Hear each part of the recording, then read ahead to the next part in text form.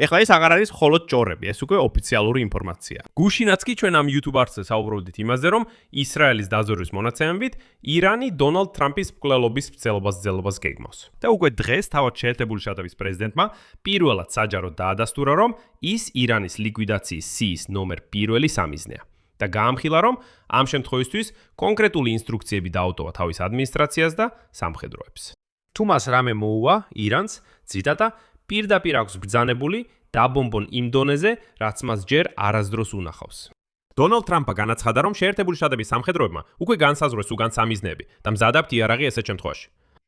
თავისი მხრიდან მათ შტაბ ჰამენიმ დღეს გაავრცელა ახალი წერილობითი განცხადება, სადაც ფაქტობრივად დაიფიცა, რომ შურისძიებას მოახდენს მამის სიკვდილისთვის და მთელ მსოფლიოში ტერაქტებით დაემუქრა. ამ პირადი მუქარის ფონზე ვითარდება მეორე სტრატეგიული სენსაცია. თანამგზავრის სურათები აჩვენებს, რომ ურთიერთგაგების მემორანდუმზე მელანი ჯერ კიდევ არ შეშრობია, ხოლო ირანი უკვე იწყებს თავისი ბირთვული ობიექტების აღდგენას. და მესამე ხაზი, რომელიც ამ ყველაფერს აერთიანებს, დონალდ ტრამპის მკაცრი ულტიმატუმია თეირანისადმი, რომლის საბოლოო ვადაც დღეს საღამოს, ანუ შაბათს, იცურება. და ირანი უცნაურად აცხადებს, რომ ორმუზის სრუტეში ტანკერებზე თავდასხმები მხოლოდ ციტატა სისტემის შეცდომა იყო. რაც არ უნდა ნიშნავდეს ეს. ამ გამოშვებაში განვიხილავთ ტრამპის მიერ გამხელილ გეგმას ირანის შესახებ, ირანის შეთქმულებას ტრამპის წინააღმდეგ, ირანის ბირთვული პროგრამის ფარულ აღდგენას და ულტიმატუმს, რომელიც 400 კილოგრამი ურანის გადაცემას ითხოვს. წინააღმდეგ შემთხვევაში, როგორც ვაშინგტონში განაცხადეს, შეთანხმება არ იქნება. ჩემი სახელია ალექსეი ფეჩი, მოდით ერთად განვიხილოთ ეს თემები, მაგრამ სანამ დავიწყებთ, გთხოვთ გამოიწეროთ ეს YouTube არხი, მოდით ერთად მივახციოთ 300,000 გამომწერის მიზანს, ამიტომ მადლობელი ვიქნები თითოეული თქვენი გამოწერისთვის. ასევე დაალაიქეთ და დაწერეთ ნებისმიერი თქვენი კომენტარი ამ ვიდეოს ქვეშ. მოდით დავიწყოთ მთავარი სენსაციით. ინტერვიუში New York Post-თან აშშ-ის პრეზიდენტმა დონალდ ტრამპმა პირველად პირდაპირ თქვა, რომ მოამზადა გარკვეული გეგმა ირანთან დაკავშირებით საკუთარი ლიკვიდაციის შემთხვევაში. შემდეგ მისი ციტატა. მე უკვე დიდი ხანია მათ სიაში ვარ. აი რასთანაც გვაქვს საქმე. ერთადერთი რაც დავტოვე არის ინსტრუქციები. თუ რამე მოხდება, პირდაპირ დაბომბონ ისინი ისეთ დონეზე, როგორიც მათ ჯერ არ უნახავთ. ეს სწორედ ის გეგმაა ირანთან დაკავშირებით, რომელიც ამ გამოშვების სათავშია გამოტანილი. ეს არ არის აბსტრაქტული მუქარა, არამედ ტრამპის თქმით, წინასწარ გაცემული ბრძანებაა სამხედროებისთვის. ერთგვარი სიკვდილის შემთხვევაში დატოვებული დირექტივა მასიური დარტყმის შესახებ. ამასთან ტრამპმა ფაქტობრივად უარყო სენსაცია ახალი შეთქმულების შესახებ, რომელზეც ჩვენ გუშინ ვისაუბრეთ. კითხვაზე ცნობების შესახებ, რომ ირანმა მისი მკვლელობის ახალი გეგმა შეიმუშავა, მან უპასუხა, რომ თითქოს ახალი გეგმა საერთოდ არ არსებობდა და თეირანი მის სიკვდილს უკვე წლებია ითხოვს. და როგორც თეირანმა განაცხადა, ისრაელმა არაფერი ახალი ვერ იპოვა. ეს მნიშვნელოვანი ნიუანსია სამართლიანი ანალიზისთვის. ამაზე ცოტა მოგვიანებით ვისაუბრებთ. ეხლა კი დავიმახსოვროთ და შემდეგ გავაანალიზებთ. არ იყო შემთხვევითი, რომ გუშინდელ გამოშვებაში ვთქვი, რომ ისრაელის გაფრთხილება ტრამპის მკვლელობის მცდელობის დაგეგმვის შესახებ შეიძლება იყოს ხრიკი, რომელიც ტრამპს აიძულებდა ირანის მიმართ უფრო მკაცრად ემოქმედა. თუმცა უკვე შაბათს დრისით დონალდ ტრამპმა კიდევ ერთხელ გაიმეორა მუქარები ირანის მისამართით და ირანს დაემუქრა 1000 რაკეტით დარტყმით, თუ მის სიცოცხლეზე თავდასხმის მცდელობა იქნება. შემდეგ ტრამპის ციტატაა. 1000 რაკეტა დატენილია და მიმართულია ირანის ისლამური რესპუბლიკისკენ და კიდევ 1000-ობით რაკეტა მოჰყვება დაუყოვნებლივ, თუ ირანის მთავრობა შეასრულებს თავის მუქარას. შეასრულოს მკვლელობა ან მკვლელობის მცდელობა, მოქმედი შეერთებული შტატების პრეზიდენტზე, ამ შემთხვევაში ჩემზე. ბრძანება უკვე გაცემულია და ამერიკელი სამხედროები მზად არიან სურთ და შეუძლიათ 1 წლის განმავლობაში გაგრძელების შესაძლებლობით სრულად გაანადგურონ ირანის ყველა რეგიონი. დიდება ალახს, წერს ტრამპი. შეგასცენოთ, ადრე ისრაელის ხელისუფლებამ შეატყობინა აშშ-ს, რომ ირანი ამზადებს თავდასხმას დონალდ ტრამპის მკვლელობის მიზნით, რამაც ვაშინგტონი აიძულა გაემკაცრებინა უსაფრთხოების ზომები პრეზიდენტის მიმართ, მათ შორის ნატოს სამიტზე თურქეთში ვიზიტის დროს. და რომ გავიგოთ რა ხდება, საჭიროა ცოტა ფონი. თეირანის მტრობა ტრამპის მიმართ აბსტრაქცია არ არის. მას, როგორც ამბობენ, ზუსტი დასაწყისის თარიღი აქვს. რადგან ირანი ღიად ცდილობს აშშ-ის პრეზიდენტის მოკვლას ჯერ კიდევ 2020-დან, როცა ტრამპის ბრძანებით ბაღდადში ლიკვიდირებული იქნა სპეციალური დანაყოფის ქუდსის მეთაური ქასემ სულეიმანი. მას შემდეგ სულეიმანისთვის შურის ძიება თეირანის რეჟიმისთვის ღირსების საკითხი გახდა. დღეს კი ირანულმა მედიამ გამოაქვეყნა ირანის უმაღლესი ლიდერის მასშტაბე ხამინეის წერილობითი განცხადება, რომელშიც მან დაიფიცა, რომ გაანადგუროს მის მამის ალი ხამინეის დაღუპვაში დამნაშავებს. შემდეგ ციტატა, რომელსაც ირანული მედია მიაწერს, მასშტაბე ხამინეის, რომელსაც შეგახსენებთ, საერთოდ არავინ უნახავს. ციტატა. ჩვენ ვფიცავთ, რომ შურს ვიძიებთ თქვენი სისხლისა და ამ ორი ომის ყველა მოთამის სისხლისთვის, დაუსჯით მკვლელებს, რომლებმაც თავი შეირცხვინეს. შურის ძიება ჩვენი ხალხის მოთხოვნაა და ის აუცილებლად უნდა შესრულდეს. აიათოლას და სხვა ირანელების დაღუპვაზე პასუხისგებელი პირების სახელები ყველასთვის ცნობილია. ვიქნებით აქ თუ არა, ეს შესრულდება. და მალე თავისუფლების მოყარე ხალხი მთელ მსოფლიოში შეასრულებს თავის წილს ამ ღვთაებრივ მისიაში. და ეს ბოლო ფრაზა ირანელებზე, მთელ მსოფლიოში. ეს ყველაზე მეტად აფრთხობს, რადგან ეს შეიძლება იყოს გარკვეული მინიშნება ტერაქტებზე, ევროპულ, ამერიკულ და ზოგადად მსოფლიოს ქალაქებში. და აქ უნდა ავინიშნოს, რომ ბოლო წლებში დონალდ ტრამპის მკვლელობის რამდენიმე მცდელობა აღკვეთეს. ყველაზე ხმაურიანი იყო მიტინგზე სროლა ბატლერში, პენსილვანიის შტატში, 2024 წლის 13 ივლისს. როდესაც ტყვია დონალდ ტრამპის თავიდან რამდენიმე სანტიმეტრში გაიარა და კურზე მოხვდა. 2026 წლის თებერვალში სასამართლომ სამუდამო პატიმრობა მიუსაჯა მამაკაცს, რომელმაც დონალდ ტრამპის მოკლა სცადა გოლფის მოედანზე ფლორიდაში, ჯერ კიდევ 2024 წლის სექტემბერში. აპრილში ჟურნალისტებთან ვახშმის დროს დააკავეს შეიარაღებული ადამიანი, მაშინაც აფეთქებების ხმა გაისმა. და სულ ცოტა ხნის წინ 8 ადამიანს ბრალი წაუყენეს დონალდ ტრამპის დაბადების დრეზე ტერაქტის მომზადებაში, რომლის გეგმის მიხედვითაც თავდასხმა დრონებითა და სნაიპერებით უნდა განხორციელებულიყო. როგორც ჩანს, ისინი გეგმავდნენ ამის განხორციელებას UFC-ის შოუს დროს თეთრი სახლის მახლობლად. და კიდევ ერთი ახალი და ყველაზე ბნელი ფონი. ირანის მოკლული უმაღლესი ლიდერის ალი ხამენეის დაკრძალვაზე მონაწილეები შლიდნენ უზარმაზარ ბანერებს დონალდ ტრამპის ლიკვიდაციის მოწოდებებით. და თავად ტრამპის რეაქცია წარჩვენებს, რომ ის საფრთხეს სერიოზულად აღიქვამს, თუნდაც ყოველდღიურ დონეზე. მიუხედავად იმისა, რომ თავს იწონებს, მაინც აცნობიერებს, რომ საფრთხე მასზე დამუქრებული. ნატოს სამიტზე ანგარაში მან ირანელები, ციტირებ, ნაგვად მოიხსენია და წარმოთქვა ხმამაღალი ტირადა, ციტატა. მათ ყავდათ ლიდერები, ისინი გაქრნენ. მე რეკეფნენ სხვები, ისინიც გაქრნენ. ეხლა ახალი ხავთ, შეიძლება ისინიც გაქრნენ. იცით რა, შეიძლება მეც გავქრე, რადგან მე მათი ნომერ პირველი სამიზნე ვარ. ნატოს სამიტის შემდეგ კი საფში დაბრუნების გზაზე პრეზიდენტმა ტრამპმა შეგახსენებთ თვითმფრინავი გამოიცვალა. თეთრმა სახმა მოგვიანებით დაადასტურა, რომ ეს შიგნიდან გაკეთდა, უსაფრთხოების მიზნით. გასცენებთ, ანკარაში ის პირველი ნომრის ბორტით ჩაიყვანეს, რომელიც კატარმა ცოტა ხნის წინ ამერიკის შეერთებულ შტატებს აჩუქა. უკან კი ტრამპი უკვე ძველი Air Force One-ით გაფრინდა, რომელიც ასე თქვა დიდი ხანია თეთრი სახლის შეიარაღებაშია. ხოლო პირველი თვითმფრინავი ასე დარჩა ანკარაში. შემდეგ თითქოს აჩვენეს რაღაც ამერიკელ სამხედროებს, მაგრამ მთავარი ისაა, რომ თვითმფრინავი შეცვალეს, აშკარად უსაფრთხოების მიზნით.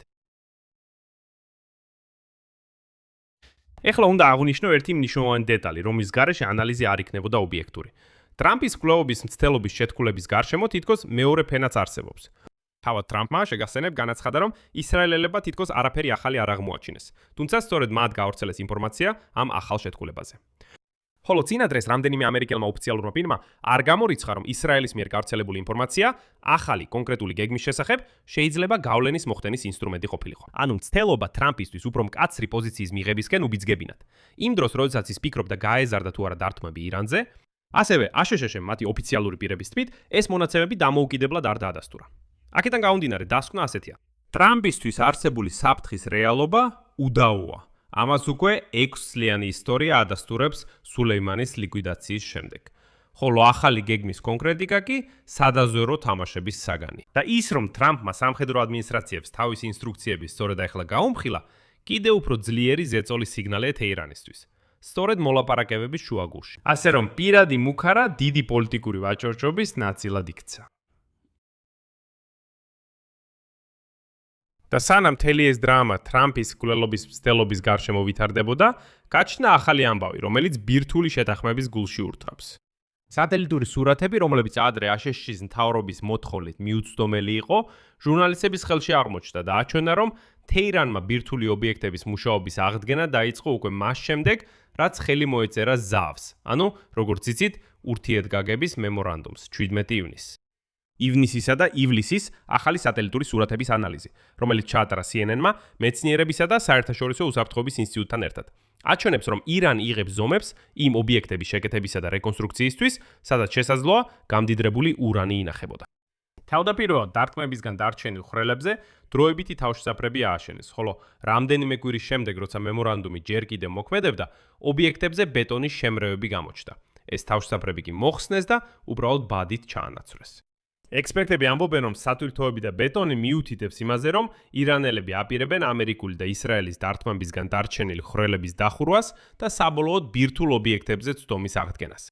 ბოლო კვირებში ობიექტებთან მკაფიოდ აფიქსირებდნენ ტექნიკას, რომელიც გვირაბებში შედიოდა და გამოდიოდა. თუმცა, ხაზგასმით აღნიშნავ, იგივე ტრამპისგან იყო განცხადებები, რომ ყველა შესასვლელი და გამოსასვლელი უკვე განადგურებული.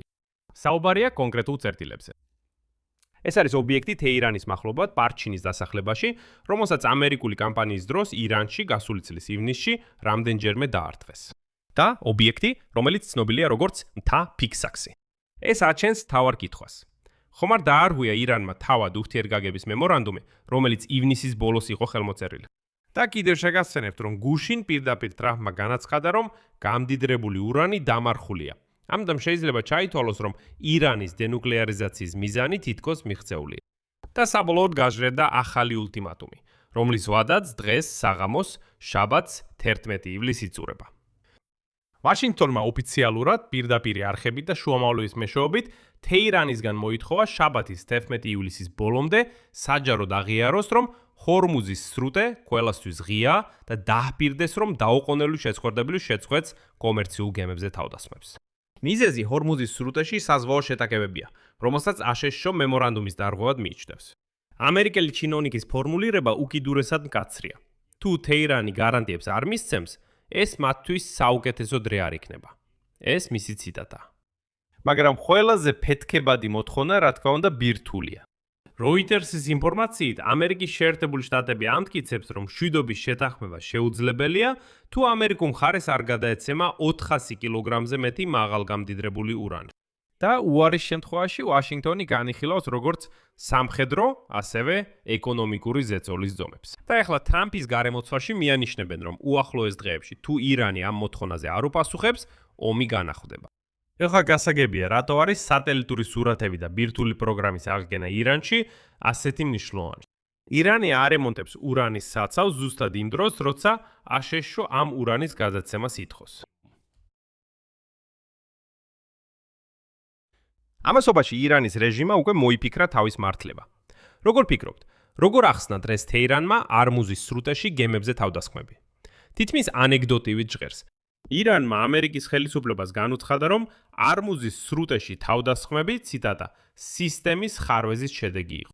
ხოლო კერძო მოლაპარაკებებში ამერიკელი ოფიციალური პირისქვით ირანელებმა კიდევ უფრო მარტივად გამოხატეს თავი. ციტირებას გავაკეთებ. მათ გვითხრეს, ჩვენ ჩავფლავდით, შეცდომა დაუშვით. მოდით უბრალოდ გავაგრძელოთ მოლაპარაკებები. მაგრამ ამ უხერხული ფორმულირების უკან იმალება ყველაფრის გასაღები. ეს სწორედ ისაა, რაც ჩვენ თქვენთან ერთად გუშინ ამ YouTube არხზე განვიხილეთ.